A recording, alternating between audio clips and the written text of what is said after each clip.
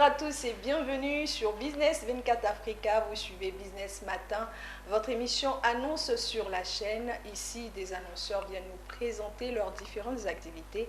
Des entreprises viennent nous vendre leurs offres et vous pouvez y participer simplement en appelant le service commercial. Alors aujourd'hui, je reçois le Congrès international des jeunesses d'Afrique et de Chine, le CONIJAC, en la personne de Seri Awa, qui en est le président exécutif.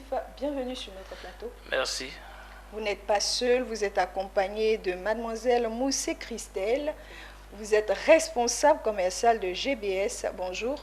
Bonjour. Bienvenue sur notre plateau. Merci. Ça va? Oui, ça va. Alors, vous êtes sur notre plateau pour nous faire le bilan des journées sino-ivoiriennes de l'investissement et du partenariat qui se sont tenues les 8, 27, 28 et 29 septembre, donc 4 jours. Et vous êtes là, comme je l'ai dit, pour faire le bilan de ces différentes journées. Moi, déjà, ce que je voudrais vous poser comme première question, c'est quel a été le thème central de ces journées? Ok, merci bien. Avant donc de répondre à votre question, vous me permettrez de dire merci à votre chaîne qui nous a accompagnés dans ce programme et nous lui sommes reconnaissants voilà, d'avoir fait donc la couverture. Le thème de cette édition était défis et opportunités de la coopération économique et commerciale sino-ivoirienne face à la COVID-19. On sait que nous connaissons le contexte mondial actuel qui est enclin à la pandémie du nouveau coronavirus. Voilà. Et donc, ça a perturbé considérablement les échanges économiques et commerciaux entre les différents pays dans le monde, notamment entre la Chine et l'Afrique. La Chine qui est le premier partenaire commercial aujourd'hui de l'Afrique. Il fallait faire le point et dégager toutes les perspectives. Très bien. Alors, Président, depuis combien de temps existe le CONIJAC? Nous existons officiellement depuis 2008. Nous avons pris pied à l'université de Cocody, D'Abidjan. Oui, d'Abidjan, à l'université d'Abidjan. Et aujourd'hui, nous nous sommes déployés dans, je vais dire, dans tous les domaines d'activité. Nous sommes donc sortis du cadre estudiantin. Nous sommes aujourd'hui dans un cadre purement professionnel pour établir des connexions entre des professionnels. Vous l'avez dit tout à l'heure, la Chine s'inscrit aujourd'hui comme le premier partenaire commercial des Africains. Pourquoi créer un congrès international des jeunesses d'Afrique et de Chine si, entre griffes, on va dire que le marché leur est déjà acquis? Il faut canaliser toutes les énergies. La coopération sino-africaine est très excellente au niveau des gouvernements. Elle ne l'est pas forcément au niveau des personnes. Donc le travail que nous faisons, c'est de promouvoir les relations sino-africaines au niveau des peuples, de sorte à assainir les rapports interpersonnels pour qu'ils suivent les efforts que les gouvernements font. Très bien. Alors, quels ont été les grands axes de ces différentes journées? Comme je le disais tantôt, la visée, c'est d'assainir l'environnement des affaires entre la Chine et l'Afrique. Et nous ne pouvions pas parler de cela sans parler des cadres légaux qui doivent régir la coopération économique et commerciale entre la Chine et l'Afrique. C'est pourquoi la première thématique à laquelle nous nous sommes employés pour cette activité a été la coopération en matière d'arbitrage. Et à cette occasion, nous avons pu établir un partenariat formel entre les cours d'arbitrage de Chine et de Côte d'Ivoire. Et puis, nous avons parlé des échanges commerciaux qui se font sur la voie maritime.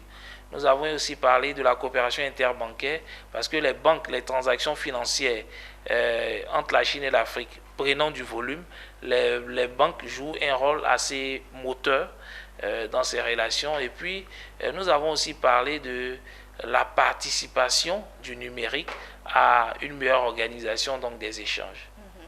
Croyez-vous que à l'heure actuelle, hein, la Chine qui s'est, je vais dire, osé le thème qui s'est faite, pensez-vous que la Chine à l'heure actuelle soit incline à apporter son expertise dans tous les domaines, dans toutes les sphères à l'Afrique? Est-ce qu'elle ne constituerait pas une concurrence probable pour la Chine? En quoi est-ce que ça serait utile pour la Chine?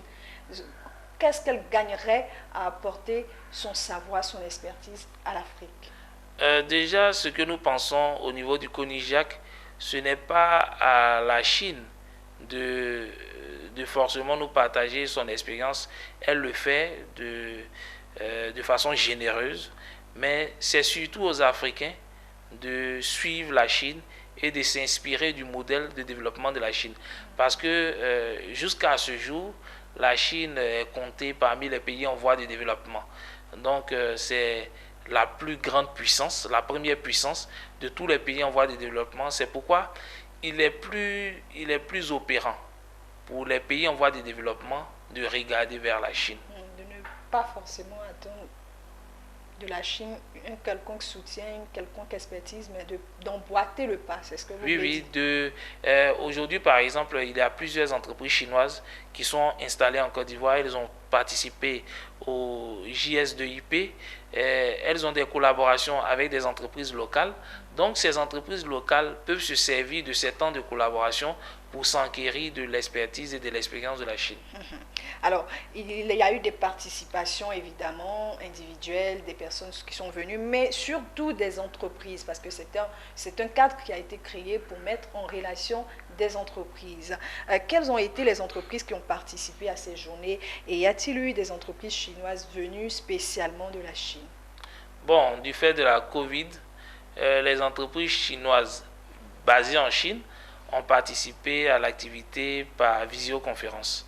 Les entreprises chinoises en Côte d'Ivoire, certaines se sont déplacées, d'autres sont restées en visioconférence. Et il y a eu aussi des entreprises ivoiriennes, telles que le port autonome d'Abidjan, qui a été notre sponsor or et qui a donc pris part au panel sur les échanges commerciaux par voie maritime.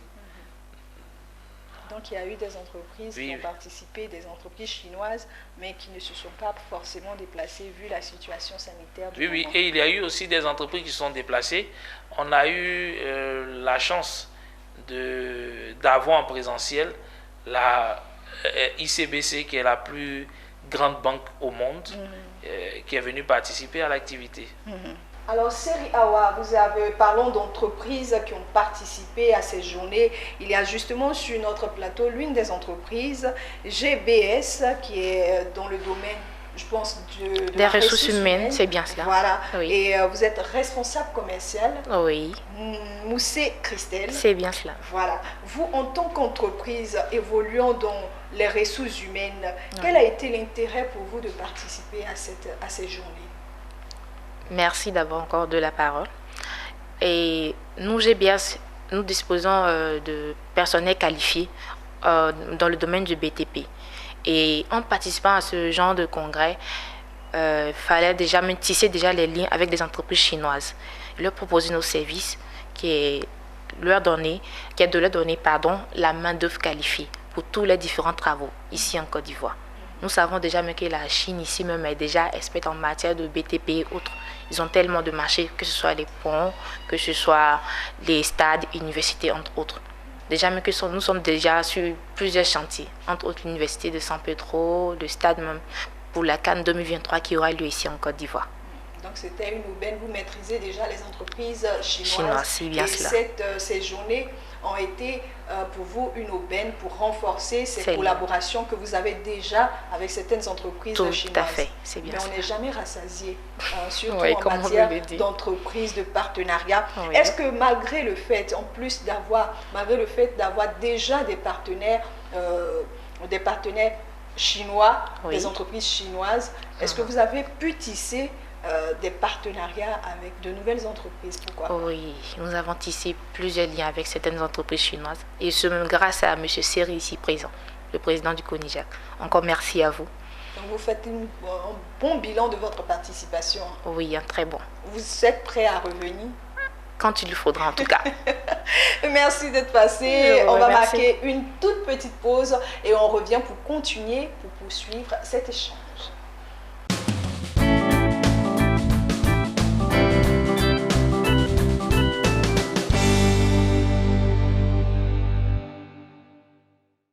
De retour sur le plateau de Business Matin, vous suivez cette émission qui reçoit des annonceurs. Bienvenue à tous ceux qui viennent de nous prendre en marche et bienvenue aussi à M. Yoboué Jacques.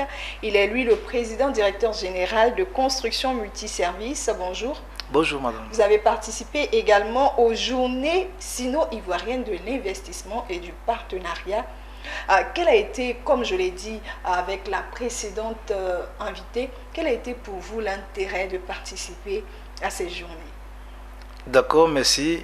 Il faut dire qu'il est toujours bon et toujours important pour les entreprises naissantes comme le Construction Multiservices de participer à ces genres de sino. Parce que à ces genres d'organisations, on croise et on trouve beaucoup de choses, on découvre beaucoup de choses venant des autres entreprises pour pouvoir grandir la connaissance qu'on a et faire avancer l'entreprise. Vous êtes dans la construction. Oui, et dans effectivement. Le multiservice. Parlez-nous brièvement de votre entreprise. D'accord, il faut dire que Construction Multiservices est une entreprise qui fait multi choses ensemble. Pour dire simplement qu'on exerce aussi dans l'immobilier, on exerce dans l'aménagement foncier, on exerce dans l'intermédiation, on exerce aussi dans l'import-export. Voilà un peu brièvement ce que nous faisons. La précédente invitée, Madame Moussé Christelle, nous parlait de ce que les entreprises chinoises en Côte d'Ivoire, en Afrique, sont beaucoup plus investies dans les entreprises de construction. Est-ce que vous travaillez déjà avec certaines entreprises chinoises et est-ce que vous avez pu tisser des partenariats? C'est mon souhait, c'est notre vœu le plus ardent de travailler avec des grandes entreprises comme les entreprises chinoises. Nous avons foi que des jours à venir, nous allons contracter aussi des contrats avec eux. Pour leur non, on n'a pas encore de contrat avec eux, mais nous sommes à cheval. Nous savons que Dieu faisant, nous allons contracter des contrats avec des entreprises chinoises. Mais hormis ça, déjà nous travaillons déjà avec des entreprises ivoiriennes sur place, voilà, lesquelles on échange des passes dans l'entreprise et tout ça. Très bien, vous ne partez pas, vous restez avec nous. Je me tourne à nouveau vers notre président, le président exécutif du CONIJAC, qui est le Congrès international des jeunes d'Afrique et de Chine, qui a organisé des activités de journée sino-ivoirienne de l'investissement et du partenariat qui ont eu lieu le 8 septembre, le 27, le 28 et le 29 septembre dernier. Alors, président, pensez-vous que les relations et les coopérations sino-africaines sont gagnant-gagnantes? Tout à fait. Dans l'esprit, c'est ce à quoi nos gouvernements aspirent. Maintenant, il faut pouvoir intégrer les acteurs privés dans ce type de coopération. Aujourd'hui, nous avons, à travers cette plateforme, donné l'occasion à de jeunes entreprises telles que Multiservices Construction de se frotter à de grandes entreprises dans le domaine du BTP, de grandes entreprises chinoises, et puis de s'enquérir de leur expérience, mais aussi d'envisager avec elles des pistes de collaboration. Parce que dans le déroulement de ces journées, nous avons organisé un retour d'expérience avec deux géants du BTP chinois qui ont expliqué aux entreprises ivoiriennes comment est-ce qu'elles peuvent travailler ensemble. Voilà, donc, et puis ce que nous faisons, nous continuons de travailler sur les objectifs des journées sino-ivoiriennes de l'investissement jusqu'à la prochaine édition. C'est pourquoi... Je rappelle que nous étions à la deuxième édition. Tout à fait. Nous avons gardé le contact avec toutes les entreprises qui nous ont fait l'amitié de rehausser de leur participation ces journées-là. Et chaque fois que nous essayons de faire du lobbying pour ces entreprises auprès des entreprises chinoises, et toutefois qu'il y a des opportunités, nous essayons de les connecter à ces opportunités-là. Vous qui êtes proche de la Chine, parce que vous organisez, on pourrait dire ça, vous organisez des journées sino-ivoiriennes qui essayaient de connecter les entreprises ivoiriennes aux entreprises chinoises, tisser des partenariats. Pourriez-vous nous dire s'il existe des entreprises ivoiriennes qui exercent sur le territoire chinois? Certainement, ce ne sont pas de grandes entreprises, mais on a des jeunes frères que nous connaissons qui ont des activités entrepreneuriales au niveau de la Chine. Mais ce que nous faisons, notre organisation intervient sur deux aspects. En Chine, nous faisons la promotion de l'Afrique, la promotion des opportunités en Afrique. Et puis, en Côte d'Ivoire, nous essayons de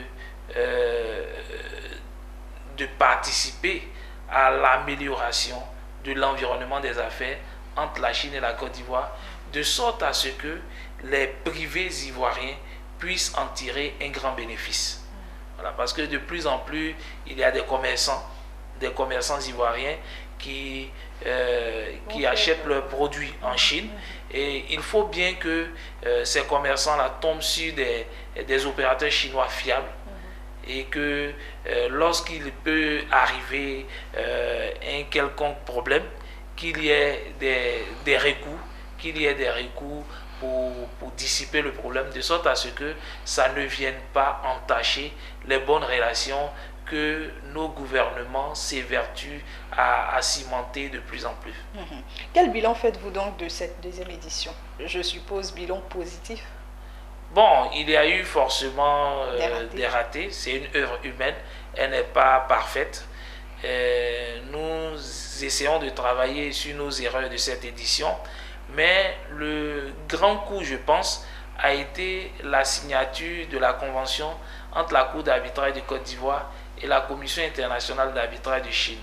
Il y a eu des recommandations telles que la construction d'une usine de fabrication de conteneurs en Afrique pour pallier les insuffisances. Parce qu'avec la survenance de la Covid, on s'est rendu compte que il y a eu une pénurie à ce niveau.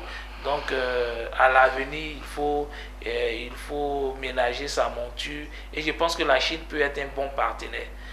La convention qui a été signée va donner un gage de confiance à tous les acteurs, à tous les opérateurs qui se lancent dans la sphère des relations économiques et commerciales Chine-Afrique. Donc vous en faites un très bon bilan. Tout à fait. Nous étions à la deuxième édition, comme je l'ai dit. Certainement l'année prochaine, c'est la troisième édition. Oui, la troisième édition. À quoi devons-nous nous attendre? La plupart des entreprises chinoises installées en Côte d'Ivoire sont dans le BTP. Nous avons fait ce constat à travers même cette édition. Donc la prochaine édition, nous allons parler de coopération décentralisée avec les collectivités décentralisées dans le cadre des besoins infrastructurels de ces collectivités décentralisées-là. Comment est-ce que les connexions que nous essayons d'établir entre des entreprises chinoises et des entreprises ivoiriennes peuvent servir à soulager nos collectivités décentralisées. C'est cette thématique qui sera au cœur de la prochaine édition. Je crois qu'il y aura plusieurs affluences, beaucoup d'affluences, parce que Abidjan commence à être saturé. On a besoin de décentraliser, et c'est un bon choix, un choix judicieux, je pense. Alors, comment y participer pour les entreprises qui nous suivent et qui souhaiteraient participer à la troisième édition? Comment y participer? Déjà, je voudrais dire aux entreprises ivoiriennes que nous sommes déterminés à les accompagner. Au thème de cette dernière édition, nous sommes en train de démarcher auprès du gouvernement chinois à l'effet d'obtenir un fonds d'appui à l'entrepreneuriat des jeunes en Côte d'Ivoire, et nous avons déjà un contact avec l'ambassade à ce propos. Donc nous sommes ouverts à toutes les jeunes entreprises qui regardent à la Chine. Nous pouvons les aider à mieux orienter leur regard et à avoir des partenaires fiables qui vont leur permettre de booster leurs activités. Est-ce qu'il y a des adresses, des emails, des numéros, des contacts téléphoniques auxquels ces entreprises, pourquoi pas, pourraient appeler? On peut continuer déjà à consulter le site officiel du CONIJAC qui est www.conijac.org. On peut nous joindre au 27 21 74 64 59 ou au 07 48 57 86 05. Lui, il connaît bien la maison, vous le regardez, il connaît ses contacts par cœur. Alors, Président, je rappelle que vous êtes le président exécutif du CONIJAC Série Awa. Vous étiez sur notre plateau pour nous faire le bilan des journées sino-ivoiriennes de l'investissement et du partenariat qui se sont tenues à Abidjan, n'est-ce pas? Se sont tenues à Abidjan les 8, 27, 28 et 29 septembre dernier. Nous sommes déjà au thème de notre émission. Je pense qu'on a tout dit, hein. Voilà, on a reçu 2 entreprises qui ont participé. On vous a laissé bien nous éclairer sur ces différentes journées. S'il y a un dernier mot à dire, c'est maintenant, parce que nous sommes déjà au thème de notre émission. Je voudrais dire merci à l'ambassade de Chine. L'ambassade de Chine nous accompagne depuis toujours. Elle nous ouvre grandes les portes de la Chine. Elle nous permet de mobiliser des entreprises chinoises. Et c'est notre partenaire le plus sûr. Je voudrais, dans cette même lancée, dire merci au port autonome d'Abidjan et à toutes les entreprises, notamment les PME qui nous ont fait confiance et qui, à partir de cette édition, travaillent avec nous à renforcer le contact que nous avons. Merci à votre chaîne de télévision qui nous a accompagnés aussi sur cet événement. Et nous serons à l'année prochaine. À l'année prochaine. Merci d'être passé sur notre plateau. Nous recevions précédemment comme entreprise participante aux journées sino-ivoiriennes de l'investissement et du partenariat, c'est bien cela, Mademoiselle Moussé Christelle, responsable commerciale de GBS. Nous avons sur ce plateau une autre entreprise participante.